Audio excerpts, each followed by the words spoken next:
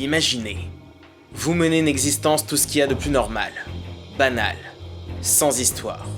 Vous vous levez un matin pour aller au boulot comme n'importe quel autre jour, quand soudain, le fantastique vient s'introduire dans votre vie. Et c'est là qu'un homme, un héros, arrive pour vous sauver. Mais qui est ce héros? I'm the doctor, by the way. What's your name? Rose. Nice to meet you, Rose. Run for your life. Mesdames et messieurs, bienvenue dans Doctor Who.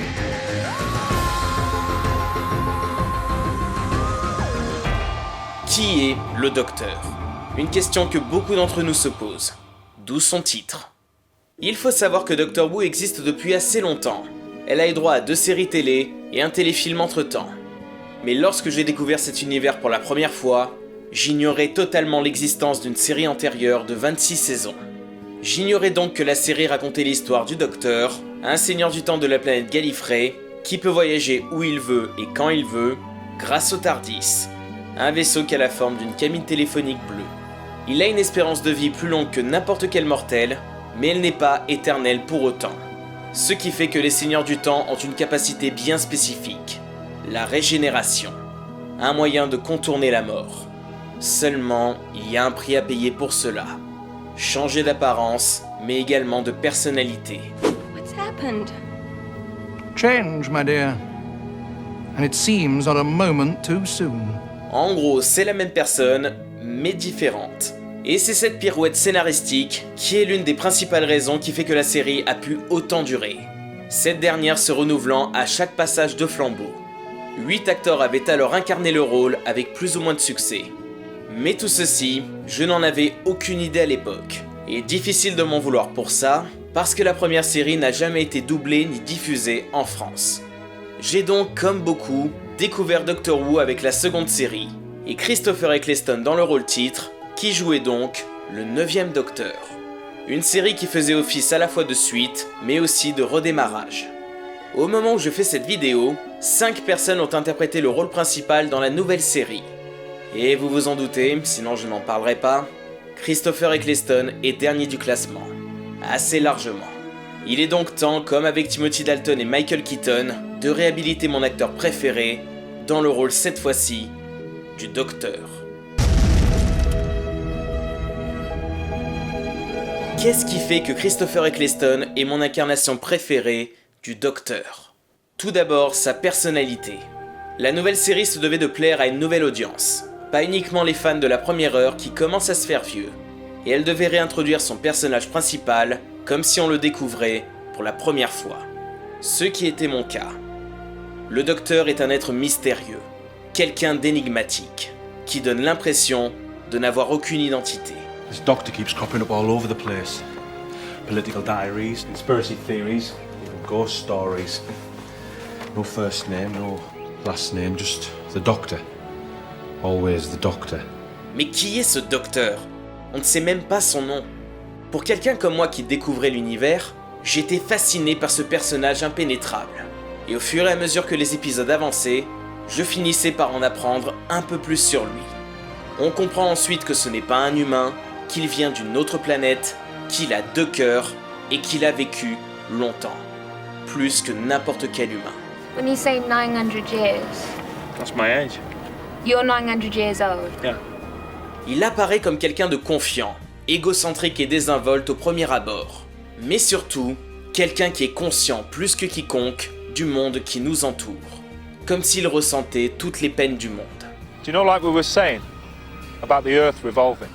The first time they tell you that the world's turning and you just can't quite believe it because everything looks like it's standing still. I can feel it. Mais dès que l'on commence à gratter la surface, son masque tombe. Comme s'il cachait un passé lourd, une blessure profonde.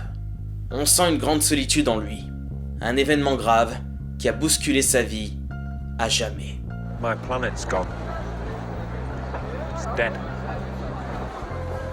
Before its time. Le traumatisme d'une guerre qui a anéanti les siens. Une décision qu'a dû prendre seul le Docteur. Tuer les siens, les seigneurs du temps, pour détruire ses ennemis, les Daleks.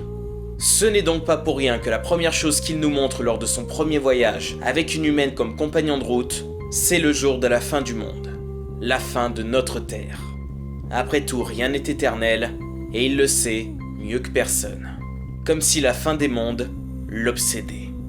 C'est donc un personnage avec des cicatrices, qui en devient parfois instable, fonçant tête baissée vers le danger avec joie, comme si sa propre existence n'avait plus d'importance, comme s'il ne s'acceptait plus lui-même.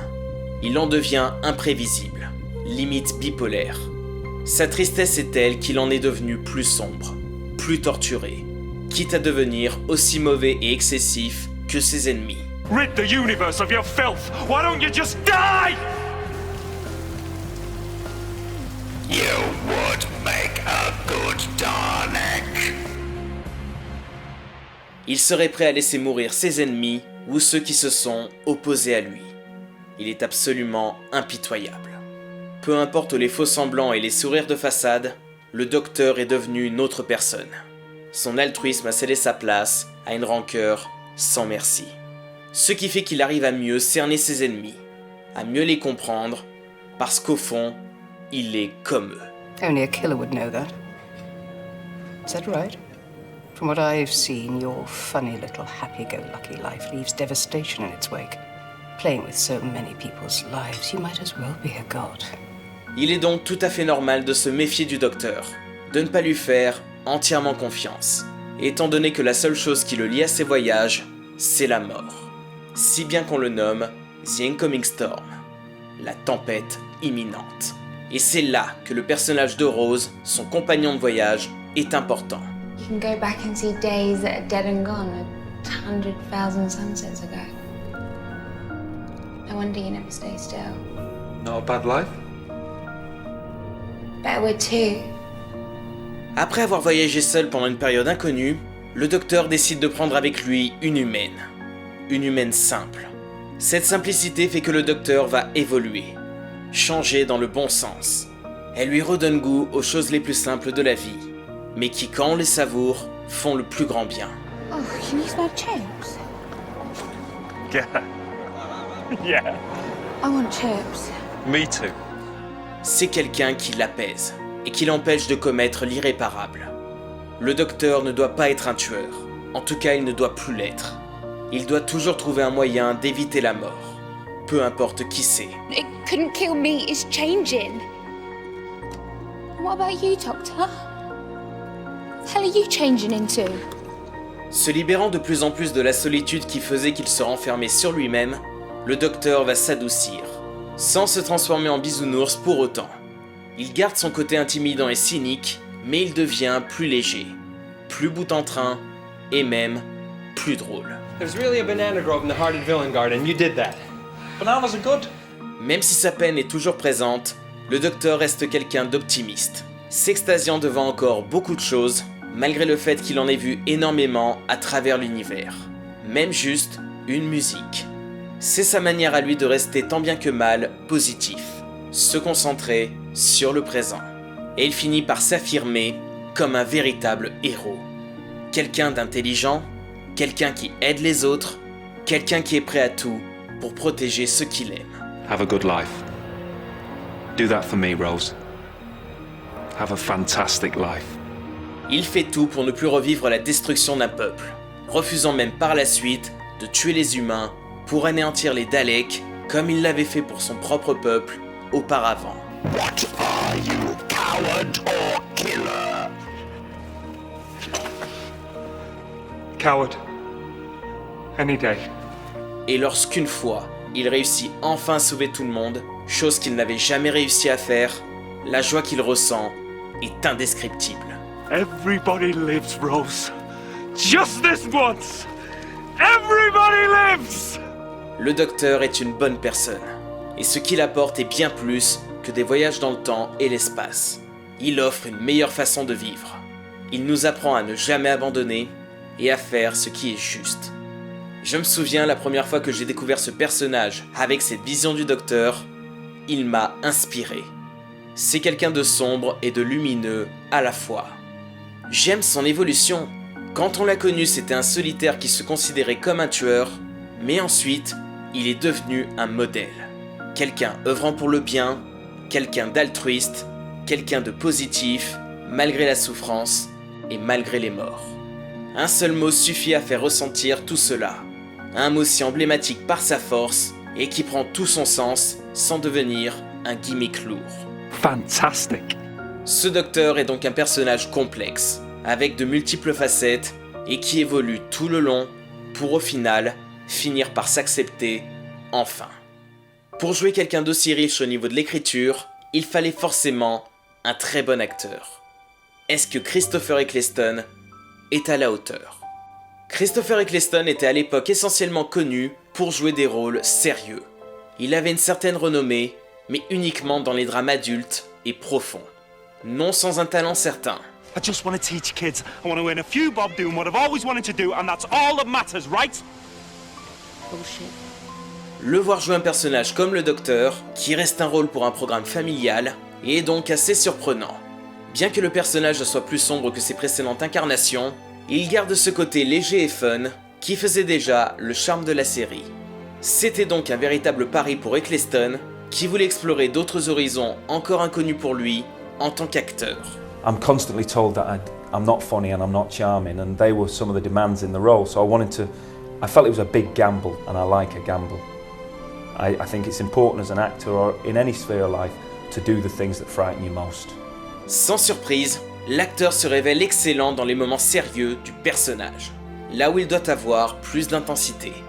La simplicité avec laquelle il passe de la peur, puis à l'orgueil, et ensuite la colère en une seule scène, est absolument bluffante.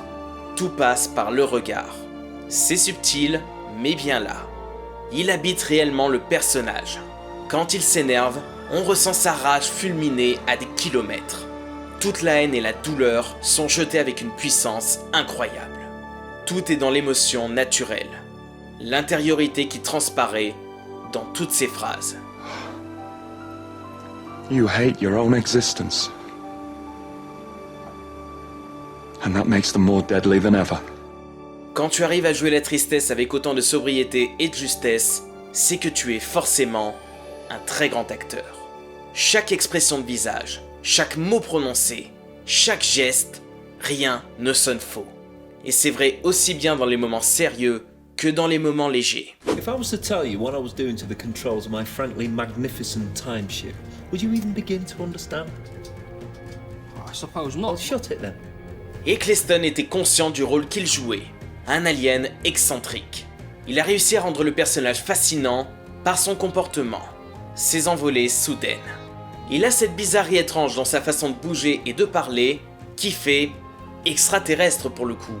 Je ne sais pas si c'est son accent du nord de l'Angleterre plutôt prononcé, mais il apporte beaucoup de couleurs dans sa façon de s'exprimer. Rapide et dynamique, comme s'ils étaient plusieurs dans sa tête, mais limpide malgré tout. Un bordel contrôlé.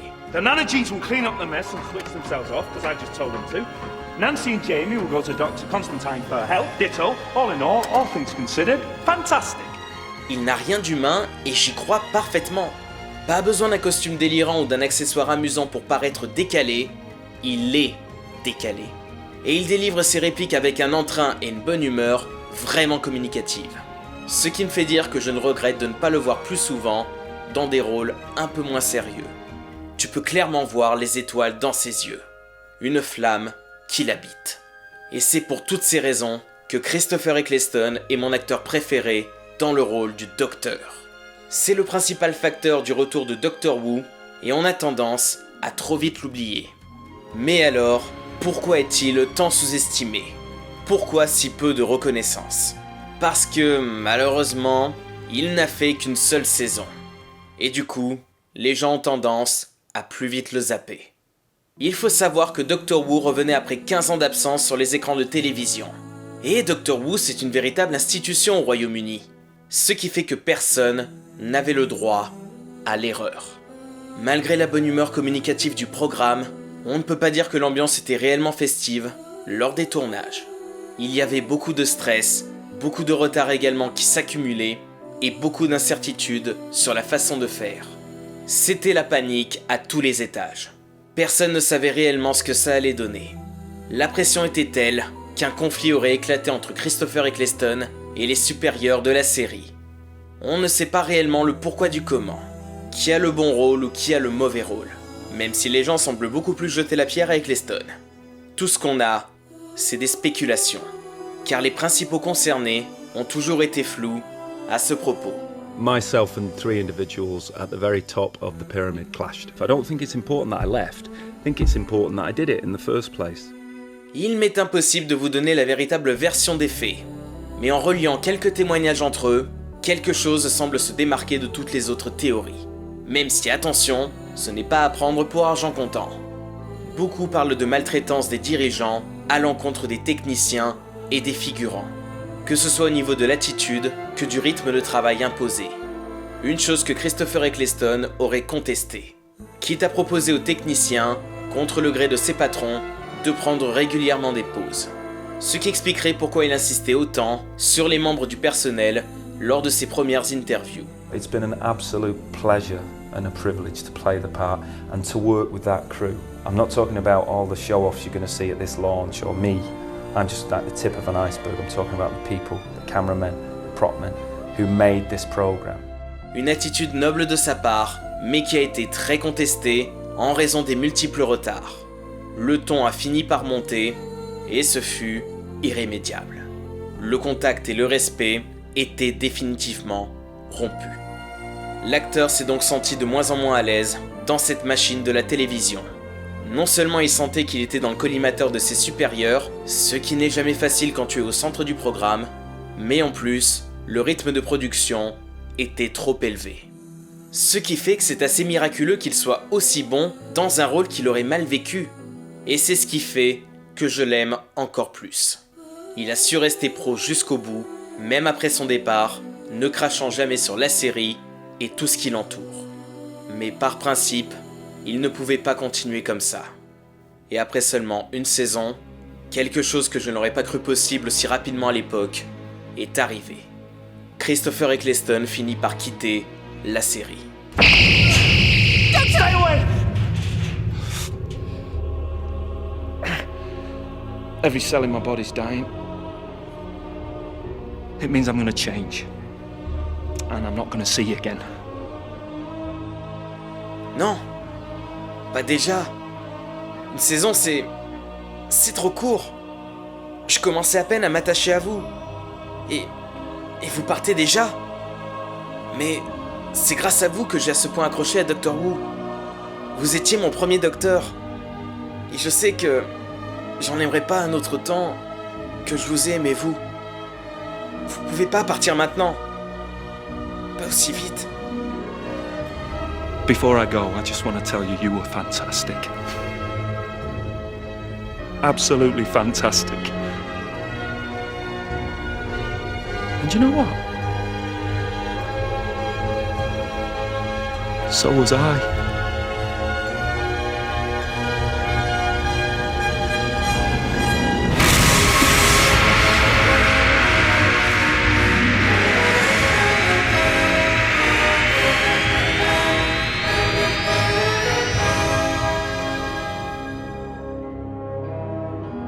Merci à vous, Christopher Eccleston.